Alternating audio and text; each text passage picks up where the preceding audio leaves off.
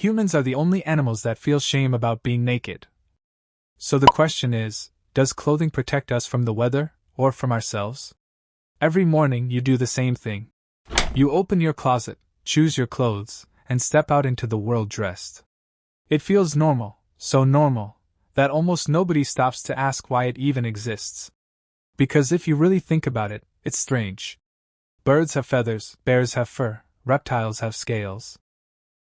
But humans create an artificial second skin. And not only that, we spend billions on clothes we often don't even need. So the real question is this: was clothing created to protect us from the cold, or to hide something much deeper? The first humans walked naked for hundreds of thousands of years, and they still survived. So, what changed? The answer isn't just temperature, it's evolution, the human brain. And something that controls a huge part of modern life, the need to belong. Because clothing was never just fabric, it's identity, it's status, it's silent communication. Before you even speak, your clothes have already spoken for you. The most obvious explanation is climate. When humans migrated into colder regions, the body alone was no longer enough. We had lost most of our body hair millions of years earlier.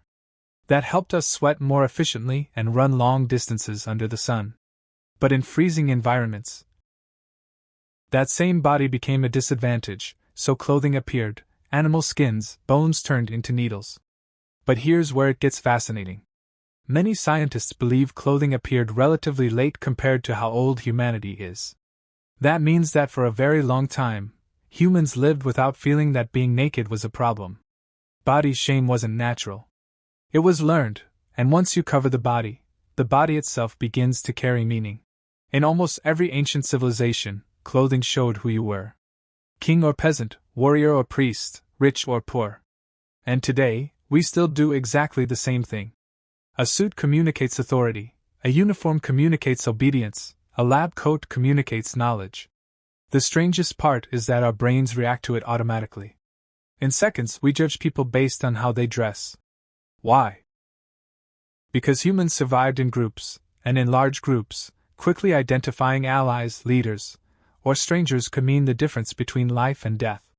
Clothing became a silent language, and we're still trapped inside it. Only now, we no longer dress for the tribe in the forest. We dress for offices, for social media, for strangers on the internet. The fashion industry understood something very important about the human brain. We don't buy clothes just for utility, we buy identity. When someone wears a certain brand, they're often not buying fabric. They're buying a feeling, success, acceptance, attractiveness, belonging. And that activates deep reward circuits in the brain. That's why clothing can even change our behavior. More confidence, more discipline, more self-assurance. As if the brain adapts the personality to match the character. Maybe that's why so many people feel anxious about repeating outfits, or afraid of being judged. Because deep down, clothing became an extension of the self. We don't just show the body. We show an edited version of ourselves. And here's the great paradox. Never in history have we had so many clothes. And never have so many people felt so insecure about their image. Fashion promised individuality, but often creates the opposite. Millions of people trying to look unique, while copying the exact same trends. The clothing that once helped us survive now often serves as a tool for social competition. And the more connected a society becomes, the more pressure there is to build a perfect image. The problem is that the human brain did not evolve to be observed by millions of people, but the internet turned our appearance into a constant exhibition, and clothing went from being protection to becoming psychological armor. Maybe the question was never, why do we wear clothes? Maybe the real question is, why do humans need to hide so much? Because clothing does not only cover the body, it also covers insecurities, fear, the desire for acceptance. Clothing began as a tool to survive the world, but it ended up becoming a tool to survive other humans. And maybe that reveals something profound about our species. Human beings do not only want to protect their bodies, they want to protect the image others have of them.